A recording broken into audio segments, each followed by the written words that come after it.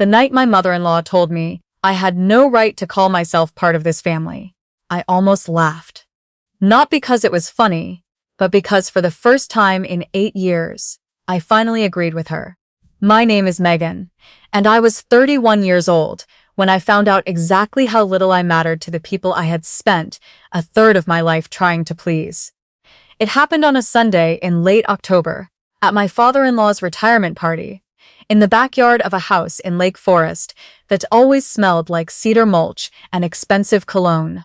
I remember the exact moment things shifted, because I was holding a paper plate of deviled eggs and listening to my daughter, Bia, ask if she could go play with her cousins by the fountain.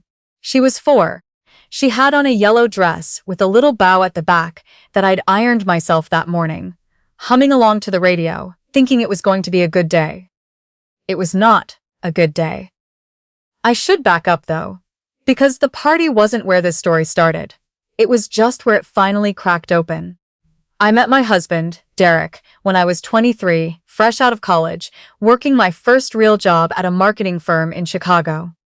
He was charming in the way confident men from comfortable families are charming. Easy smile, good posture, the kind of guy who remembers to ask the waiter's name. I fell for him fast, and I fell for his family almost as fast, because at first they were warm. His mother, Eleanor, hugged me the first time we met like I was already hers. His father, Gerald, made jokes about finally having a daughter who wasn't as stubborn as the rest of them, which I laughed off, not yet understanding it was a warning label. The trouble didn't show up all at once. It showed up the way water damage shows up. Slow, behind the walls, until one day you press your hand against the drywall, and it just gives. It started small. Eleanor had opinions about the wedding, the venue, the flowers, whether my side of the family, who weren't wealthy, should sit closer to the back so they wouldn't feel out of place. Derek laughed that one off as just mom being mom, and I let it go, because I loved him and I wanted, badly, to belong somewhere. Then it was the house. We bought a place in Naperville, a 40-minute drive from his parents, and Eleanor cried, actual tears, because she said it felt like Derek was choosing me over them. I remember standing in our empty new kitchen, paint cans still stacked in the corner, watching my husband apologize to his mother on speakerphone for the crime of buying a house with his wife. Then it was Bia. Once she was born, the comments became a daily weather system I had to check before I left the house. I breastfed too long. I weaned too early. I let her watch too much TV. I didn't let her watch enough TV, and that's why she was too sensitive. Eleanor had a comment about everything, delivered with a smile so sweet, it almost disguised the knife. And every single time when I looked to Derek for backup, I got the same response. A shrug, a sigh. That's just how she is. She means well. Don't make this a thing. For years, I made it not a thing. I absorbed it. I told myself it was the price of having grandparents who showed up, who paid for swim lessons, who hosted every holiday so I didn't have to cook. I told myself Derek loved me, even if he never quite stood between me and his mother. I told myself a lot of things, the way you do when you're trying to keep a marriage from cracking down the middle. What finally broke wasn't one big thing. It was small things, stacked so high, they finally toppled. It started with money, which, in hindsight, should have been my first real warning. Because money reveals people faster than almost anything else. Derek's family owned a chain of regional hardware stores his grandfather had started, and Derek worked there, climbing toward eventually running it. I had my own career. I was a project manager for a healthcare logistics company, a job I was good at and proud of, one that let me work from home 3 days a week. It paid well. It was mine. But Eleanor never quite respected it. To her, my job was a placeholder until I settled into being a mom full-time. A phrase she used so often I started hearing it in my sleep. When Bia turned 3 and I mentioned, at a family dinner, that I'd gotten a promotion, Eleanor's response was, "That's nice, dear, but who's going to pick Bia up from preschool now?" I told her, evenly, that Bia's pickup schedule wasn't changing, that I had it handled, that I'd had it handled for 3 years. Derek, sitting beside me, said nothing. Just kept eating his pot roast like the conversation hadn't happened. That night, in the car, I asked him why he never said anything when his mother talked to me like that. "She's just old-fashioned," he said. "She doesn't mean it the way it sounds. It sounds like she thinks my job doesn't matter." "Megan, come on. Don't start. Don't start." I'd heard that phrase so many times over the years it had practically become my middle name in that family. Megan, don't start Walsh. I didn't start. Not that night. Not for 2 more years. I kept showing up to every holiday, every birthday, every Sunday dinner at the house in Lake Forest, smiling through comments about my parenting, my cooking, my career, my body, after having Bia, the way I dressed, the way I spoke to her precious son. I told myself it was temporary. I told myself things would change once Bia got older. I told myself a marriage was worth protecting, even when it felt like I was the only one protecting it. Then came the retirement party. Gerald was retiring after 36 years running the company, handing the reins fully to Derek. And Eleanor had planned a celebration that was less of a backyard party and more of a production. A tent, a caterer, string lights threaded through the trees. 40-some relatives and family friends milling around with champagne flutes. I'd spent the morning curling Bee's hair and ironing that yellow dress, genuinely looking forward to it. Because Gerald, whatever his flaws, had always been kind to me in his own distracted way. The trouble started over a cake. I'd offered to handle dessert, since Eleanor was overwhelmed with the caterer and the seating chart, and I'd ordered a beautiful cake from a bakery near our house. Chocolate, Gerald's favorite, with a little fondant toolbox on top, as a joke about his retirement. I was proud of it. It looked great. People complimented it. Eleanor did not. She pulled me aside near the dessert table, voice pitched low but sharp. "I told you I wanted the cake from Antoine's. This isn't what we discussed." "You said chocolate," I said, confused. "You never mentioned—" "I absolutely did. I texted Derek about it weeks ago. I hadn't seen any such text, and I doubted very much that one existed. But I wasn't going to fight about cake at a party with 40 guests. I'm sorry for the mix-up. It's still chocolate, and Gerald seems happy." "It's embarrassing," she said. "I have people here who matter, Megan. And you couldn't even get the dessert right." People who matter. I felt my face go hot. I glanced around. Bia was 20 feet away by the fountain with her cousins. Derek was across the lawn talking to his father's old business partner. Oblivious. I kept my voice low, but I didn't back down the way I usually did. "I planned this cake myself. I paid for it myself, and I think it looks beautiful. I'm not going to apologize for it." That was apparently the wrong thing to say, because Eleanor's face shifted into something I'd seen before, but never aimed quite so directly at me. "You've never once, in 8 years, acted like you actually want to be part of this family. You hold yourself apart. You always have." A few relatives nearby had gone quiet, the way people do when they sense a scene starting and don't want to miss it. I should have walked away. I know that now. But 8 years of swallowed comments has a way of building pressure, and pressure has to go somewhere. "I have tried," I said, "for 8 years, to be part of this family. I have absorbed every comment about my parenting, my job, my house, my body, and I have smiled through every single one of them because I love your son. But I am not going to stand here and let you tell me I don't belong when I have done nothing but show up, again and again, for people who treat me like a guest in my own marriage." Eleanor's mouth opened, but it was Derek's sister, Carla. Wait, I needed a different name. It was Derek's sister, Ren, who jumped in first, drink in hand, ever ready to defend her mother. "Wow, okay. Way to ruin Dad's party, Megan. I'm not the one who started this. You're so sensitive," Ren said. "It's a cake. It's not about the cake." By now, Derek had noticed the commotion and was crossing the lawn, jaw already tight, the way it always got when he sensed conflict heading his way. "What's going on?" "Your wife is making a scene at your father's party," Eleanor said, already positioning herself as the wounded party, dabbing at the corner of her eye, though I hadn't seen a single tear. I looked at Derek, waiting, hoping, the way I'd hoped 100 times before, that this time, finally, he would say something different. Something like, "Mom, that's enough." Something like, "Megan's right." Something, anything, that told me he saw what I'd been living with. Instead, he sighed, rubbed his forehead, and said, "Megan, can you just apologize so we can move on? It's Dad's day." There it was. The same sentence, dressed in different clothes, that I'd been hearing for 8 years. Apologize. Smooth it over. Make it easy for everyone but me.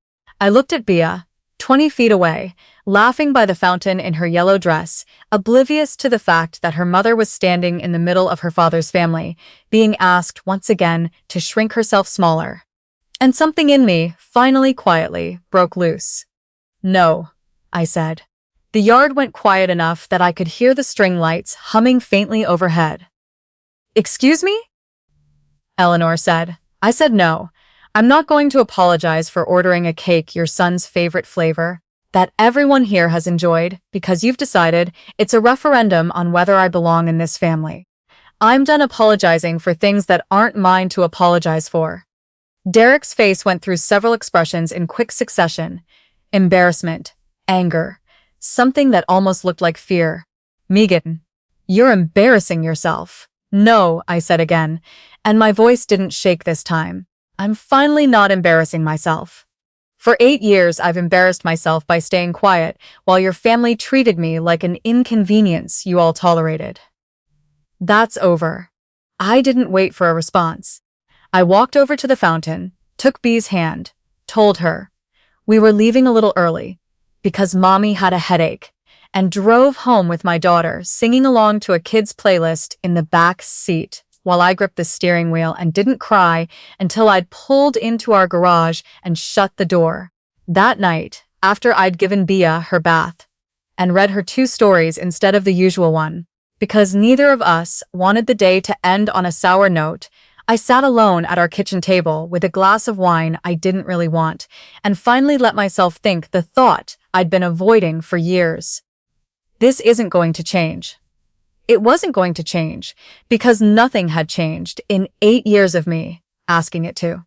Eleanor wasn't going to wake up one day respecting me.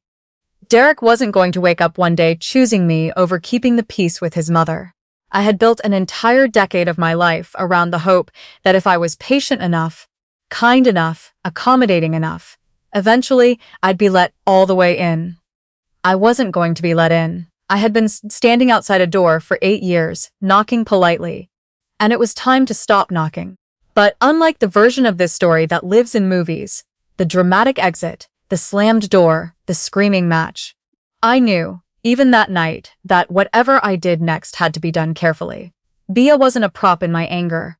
She was a 4-year-old who loved her father, who loved her grandparents even when they didn't deserve it, and any decision I made had to protect her first. My feelings second. So I didn't pack a bag that night. I didn't write a dramatic letter. I made a plan. The next morning, I called my college roommate, Priya. No, Priya was on the list too.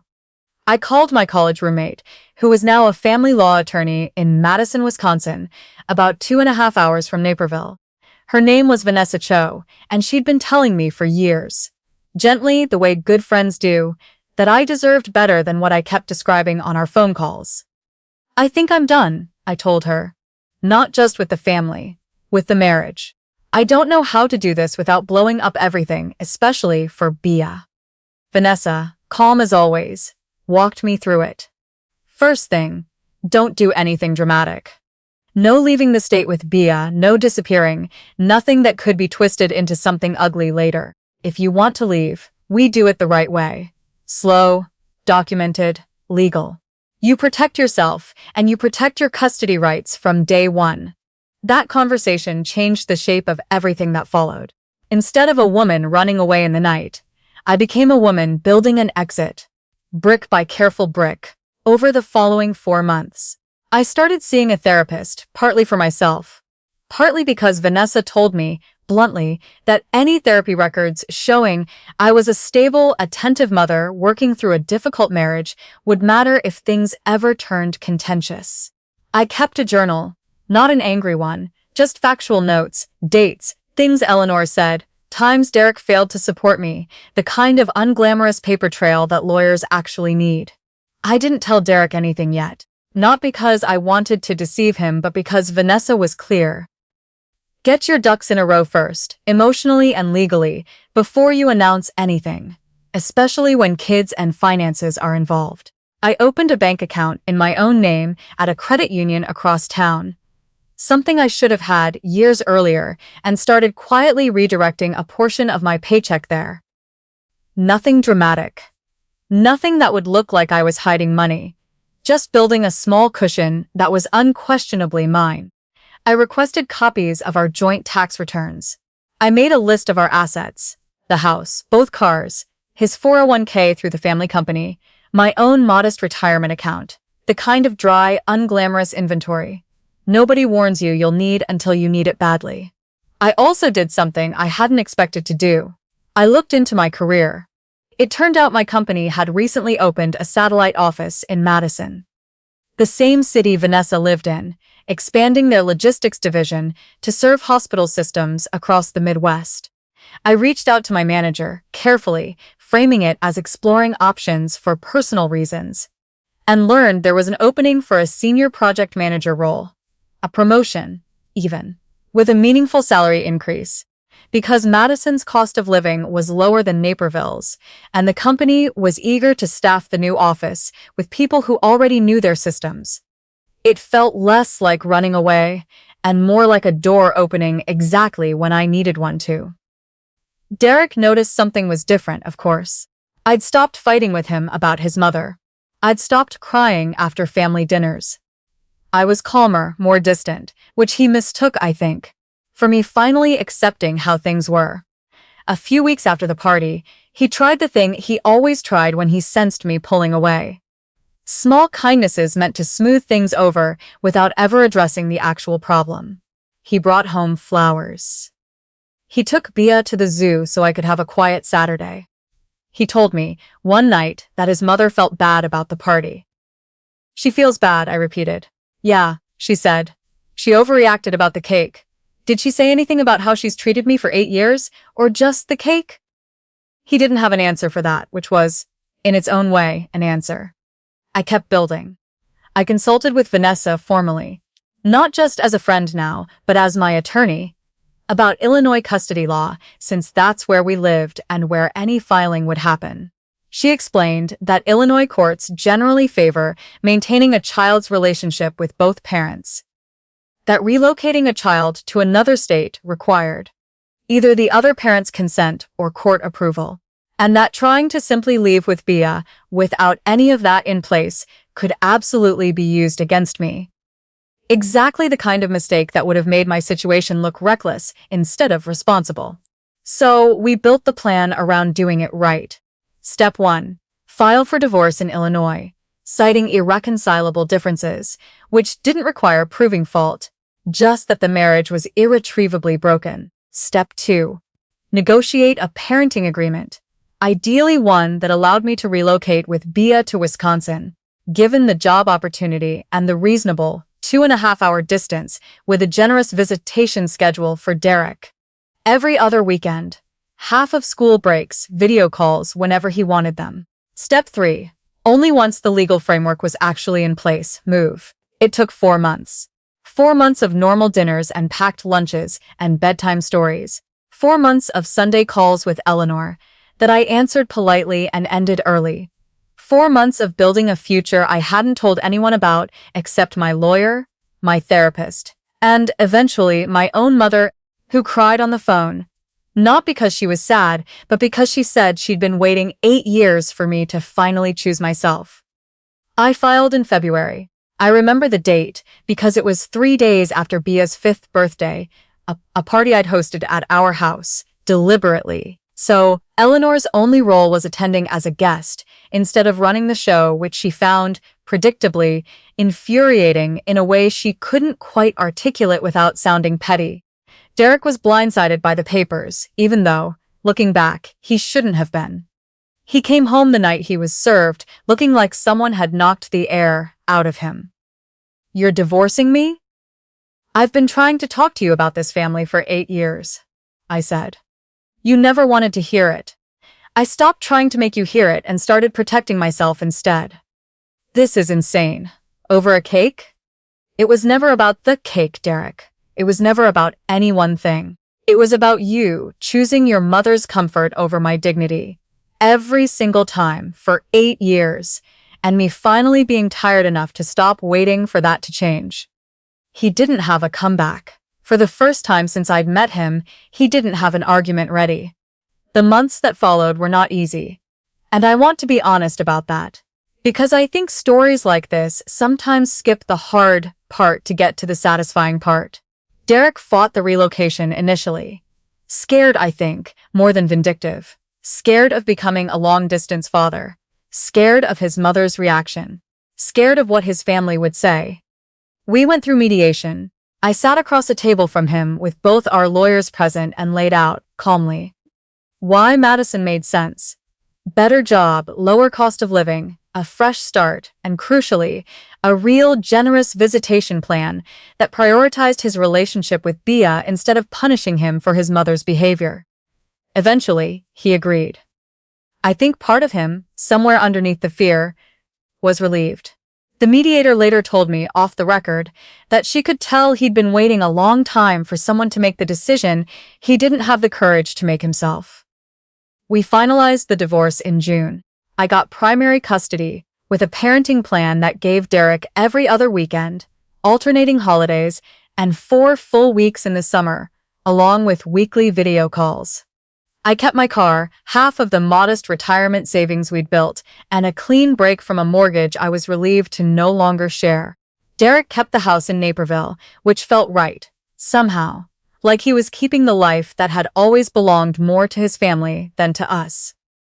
Eleanor called me once, after the papers were final, her voice tight with something between anger and disbelief. I hope you're happy. You've taken my granddaughter 2 hours away. 2.5. I said, and Derek will see her plenty. More than he saw her some weeks when we lived 40 minutes from you. Honestly. Because now there's a schedule, and he actually has to show up for it, instead of letting you absorb all his free time. She didn't have a response to that. Bia and I moved to Madison in late July, into a 2-bedroom apartment near a park with a good elementary school down the street, the kind of place that felt entirely, unmistakably mine. I painted her room, a soft lavender she picked out herself. I hung curtains. I bought a second-hand kitchen table from a flea market and refinished it myself over 2 weekends, sanding it down on our tiny balcony while Bia helped by painting rocks beside me. The job was everything I'd hoped. More responsibility, more respect. Colleagues who valued what I brought to the table instead of treating my career as a hobby I'd eventually outgrow. Vanessa and I became close again, the way you do with old friends once you're finally living in the same city, grabbing coffee on Saturday mornings while our kids. She had a son Bea's age, ran around the playground. Derek, to his credit, showed up. Every other Friday, he made the 2.5-hour drive to pick Bia up, and every other Sunday, he made it again to bring her back. He missed exactly 1 weekend in the first year, when a work emergency at the store genuinely couldn't be avoided, and he called to apologize, rescheduled, and showed up the following weekend with an extra day added on to make up for it. It was such a small thing, and yet it was the first time in years I'd seen him take responsibility for something without my having to ask twice. Something shifted in him. Slowly, the way things do when a person finally has room to grow without his mother's voice, filling every available space, without Eleanor managing every interaction, without his sister weighing in on every parenting decision. Derek had to actually parent.